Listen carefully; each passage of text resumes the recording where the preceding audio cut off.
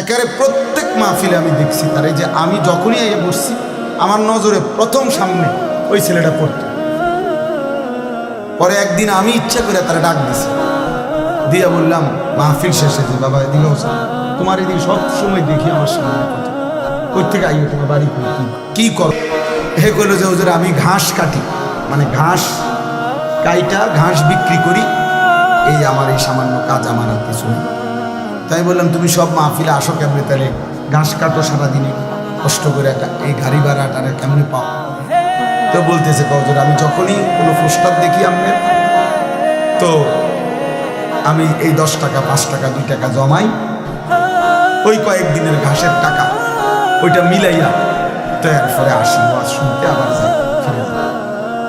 তাই বললাম মাশাআল্লাহ। তো আরো 2-1 লাইন কথা বললে কইলাম আচ্ছা ঠিক আছে বাবা, আর কিছু কইবেন?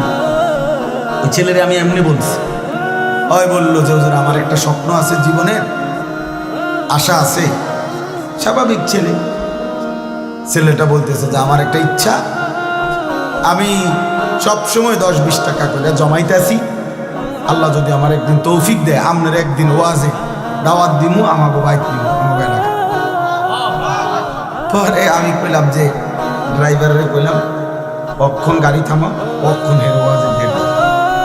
পরে নিজে ডেট দেখা, পরে আমি বললাম ধরো তোমার ডেট দিলাম আর সাদাও দিলাম, মানে মাহফিলের বাবদ আমি আমার থেকে কিছু টাকা, যত টাকাই হোক দিছি আমি, ইয়া বুঝে ধরো দিলাম, আর হাদিয়া ওয়াজের টেহা লাগবে না কিছুই, আর আমি তোমার আরো দিব টাকা, সুবিধা নাই। আর তুমি ওয়াজের আয়োজন করো, ওয়াজ হোক যেটাই হোক, তোমার ঘরে হোক উডানে হোক, আমি যাবো। এরপরে আমি গেলাম গত বছর এই বানিয়াচং তার মাহফিলে গিয়া দেখি ওই উপজেলার সবচেয়ে বড় হাই স্কুল মাঠে মাহফিল, একেবারে যদি কম হইয়া থাকে লোক আমাকে 20,000 লোক, মানে আমি সত্যি করে স্টেজের মধ্যে যদি আলেম কম হইয়া থাকে 3 থেকে 400 আলেম স্টেজের ওই থেকে ওই পর্যন্ত বড় বড় আলেম, বড় বড় বলে কি জিন না মানুষ, আল্লাহ।